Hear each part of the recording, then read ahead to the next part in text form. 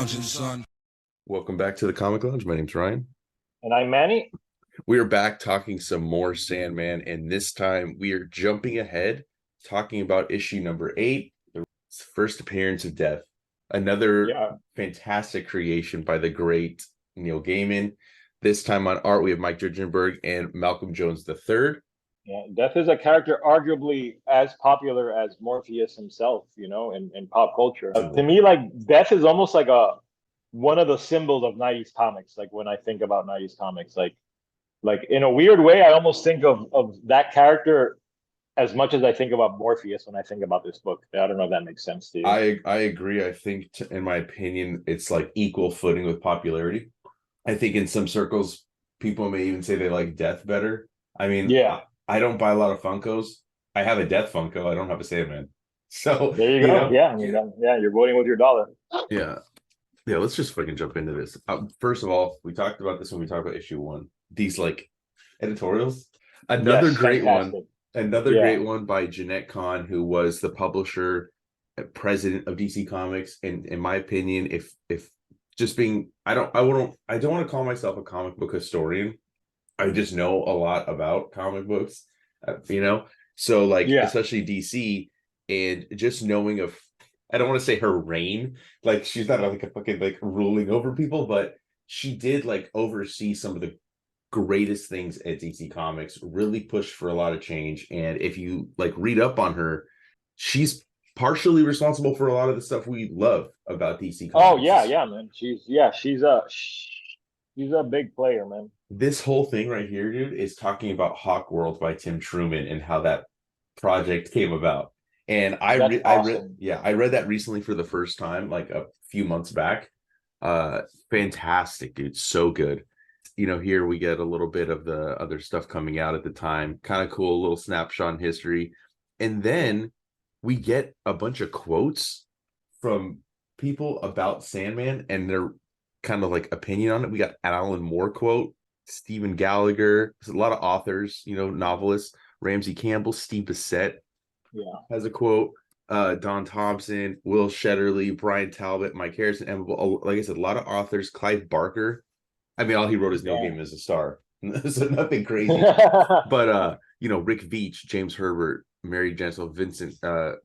That's cool. I've never really seen anything like that in a. I mean, that's something you see in trades. You know what I mean? Like in the back of the trade. That's what was like baffling to me, because again, first time I cracked this open was for this episode. I've had it, been sitting on it, it's been sitting on the shelf, and then we have these pages and a little bit of history on Sandman. Again, I don't think I've ever seen these pages before. They're not in the trade. Yeah, so very cool.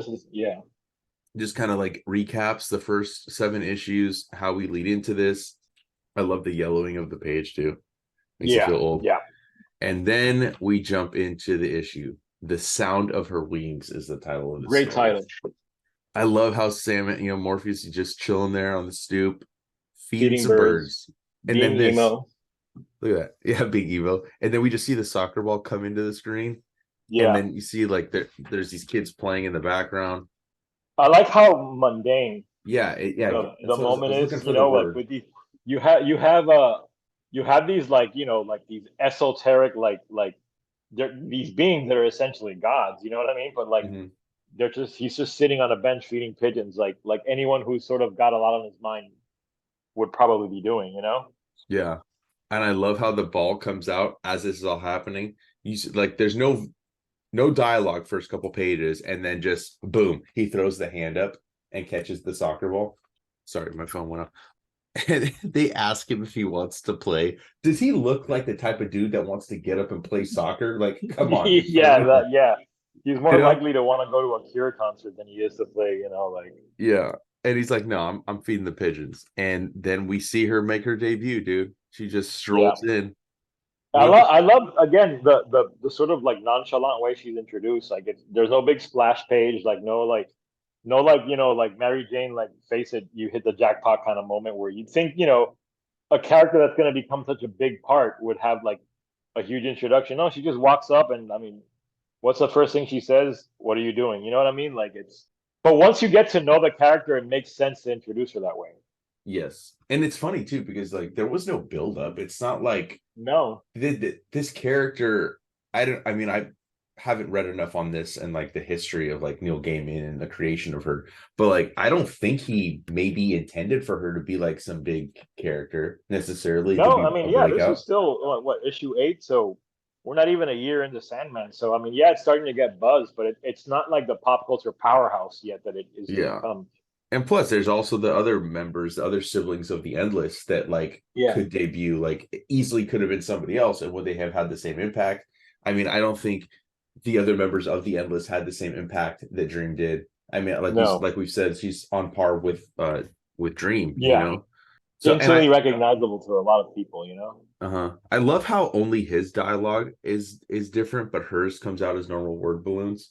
I know some Yeah, of the other Endless, their word balloons are different too. I think it's is it Delirium? Her stuff always comes out like all jumbled and stuff, like the lettering. But I love and that I I love that she has a line from Mary Poppins and she has to explain herself. yeah, yeah. I said like right off the bat, he's nailing the personality that's become like so fundamental to the character. You know, like Yeah. she's bubbly, she's sweet, she's nice. I mean, like, And she's deaf. That's yeah, what's weird about it. Like it's so yeah, contradicting her it, personality. it is. But then, like, when you think about it, and I was when I was rereading this, I'm like, that's really brilliant because, like, if you're gonna transition from life to death, like, why wouldn't it be someone that's sort of comforting and is gonna ease you into it and not scare you? You know what I mean? Mhm. Like, it's like you'd want someone like that to come and be like, hey, it's your time. It's gonna be fine, and like she almost like eases you in. She's like a weird therapist or something, like. And kudos to Gaiman for shoehorning in supercalifragilisticexpialidocious into a comic book, dude. And then making fun of the of Dick Van Dyke's British Accent. accent. It Yeah. defies belief. And then like I literally heard his voice in my head Yes. when I Yeah. read it. And I haven't seen that movie Yeah. since I was a kid, probably, but Same. it fucking went right in there.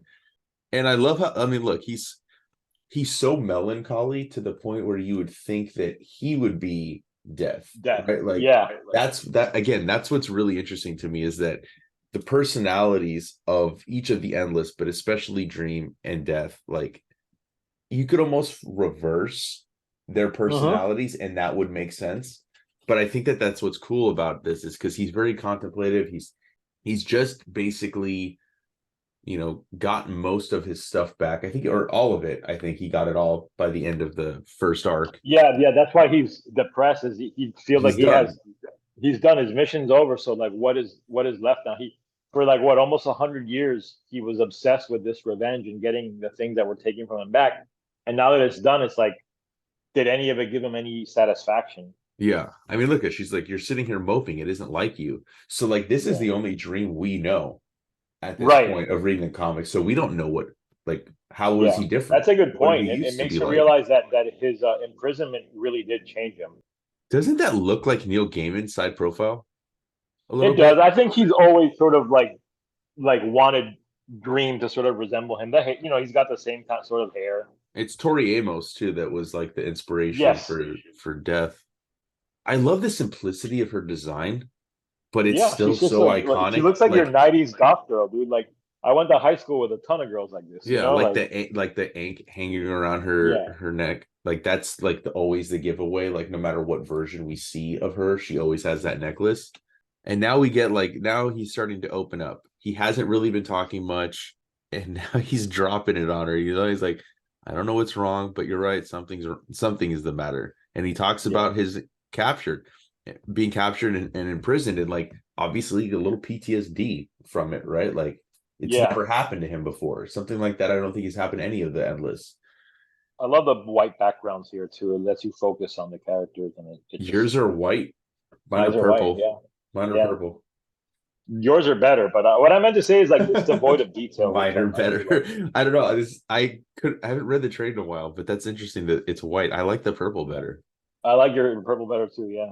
And then What's interesting to note too here is you notice how she's not even talking; she's just listening to him. yeah, Again, again, like again, the like almost like a therapist. therapist. Yeah, Yeah. yeah, It's funny too, because like he's talking about how he thought he'd be satisfied. His dream world has fallen apart, and he found them, and he talks about the challenge with, since we have skipped ahead, we only did an episode on issue 1. He talks about the meeting with Lucifer, which also was the first appearance of Lucifer in this realm. He goes on to get his own title eventually in the 2000s. And then he talks about how he found the ruby, and that was Dr. Destiny, a DC villain, right? Very cool to kind of connect those. He's freed, but he's not.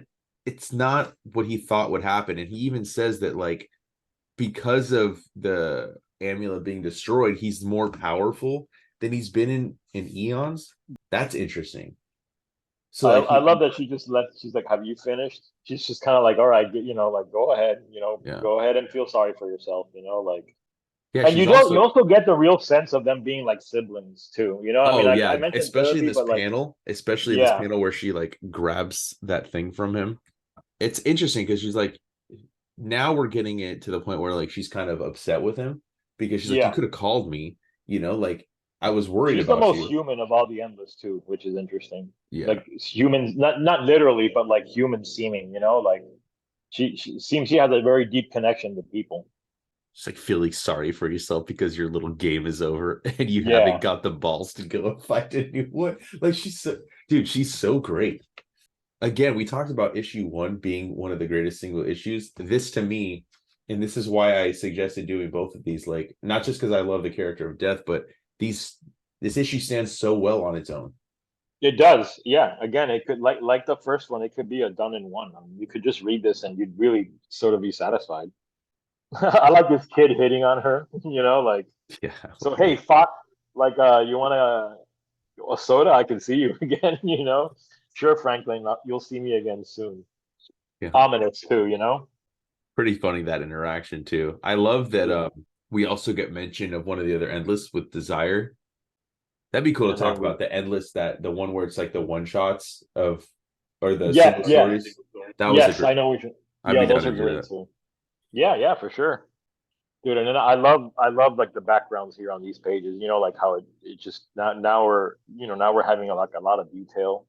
And Death is, some of this looks like it could be photocopied photographs too. I feel like that is. Yeah. Or and then like maybe like inked on top of it or something. Yeah, because it does look like it's a very cool effect. And then of course we get Death here. She's paying a visit to doing her job essentially. And I love how people just know who she is when they see her. I mean, like, it's like an intuition. I know, and at first he's like, no, not yet, and he's like, and then he like almost like looks like he kind of gets slumps down, and he's like, okay, I know who you are. I love this because like as he's talking, right, and you see him drift off, then you go to this panel and he's now watching over himself, and he even looks at it like, I look so empty, I look so old. So, and it, like, now what? And she, in this panel right here, I love it. Now's when you find out. Amazing. And then even his inner dialogue, she draws him close. For the darkness, I hear the beating of mighty wings. It leaves you to wonder, like, what was happening in that moment as Death was taking him to the next thing, because you do see the silhouette of like the wings in the background, which is very interesting. And then we got another visit. Look at this too, man. I mean, when he was captured, he's like, they wanted you, not me. She's like, yeah, I know. And then she just like kind of like dismisses it. She's like the most stable of the Endless, like.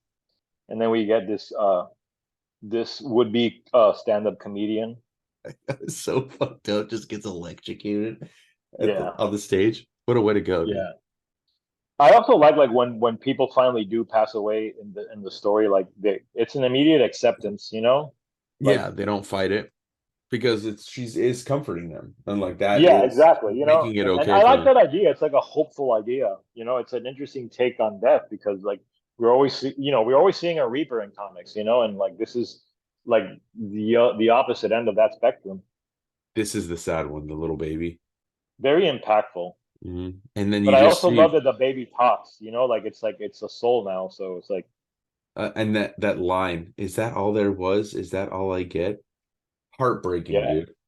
It is, and it's a nice moment because it shows you that like she's not killing anyone. These people are going to die when their fate is up. She's just there to transition them.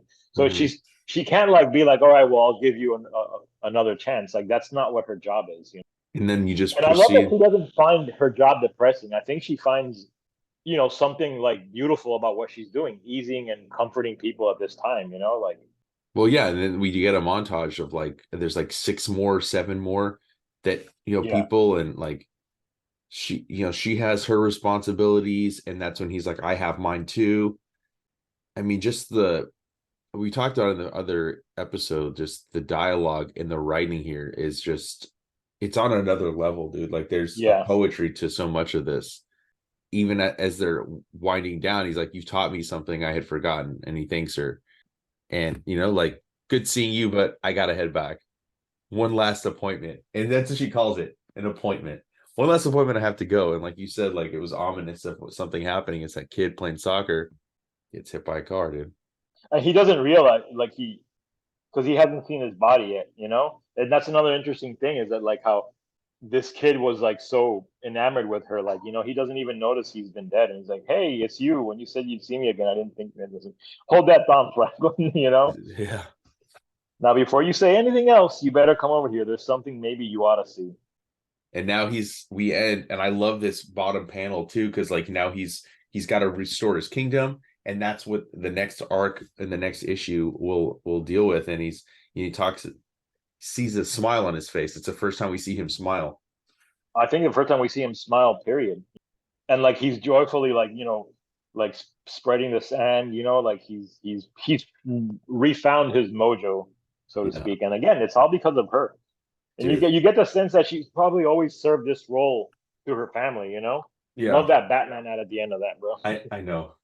I know. I can't imagine. We talked about like experiencing these things firsthand. Like, I can't imagine that, dude. Like the Batman fucking poster and stuff. I was too young to Oh, like really remember that. one of the greatest summers of my youth was that summer.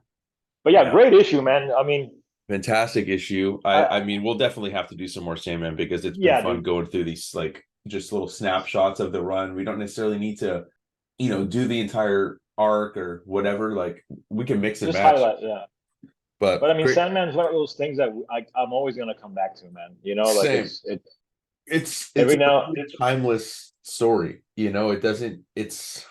I don't think it dates itself at all. No, I think it's something that's you can always and pick up. I mean, you know, I work with younger people that are, you know, 20 years my younger than me, and this book is still special to a lot of people. You know, like Yeah. just go to Hot Topic, you'll see a bunch of death stuff too. You know, like. Yeah, and it's constantly getting new fans, and like I'm sure Mhm. there's a show, everything. The next season when that comes out, it's gonna probably bring more people on. So Yeah. Sandman is something that I recommend to everybody. There's something in it for everybody for sure. Mhm. And check out the first episode, the episode where we go through the first issue. Make sure you check out the rest of the stuff on the channel. Like, follow, subscribe, hit the bell icon so you're notified every time a new vid drops. And on that note, we're out.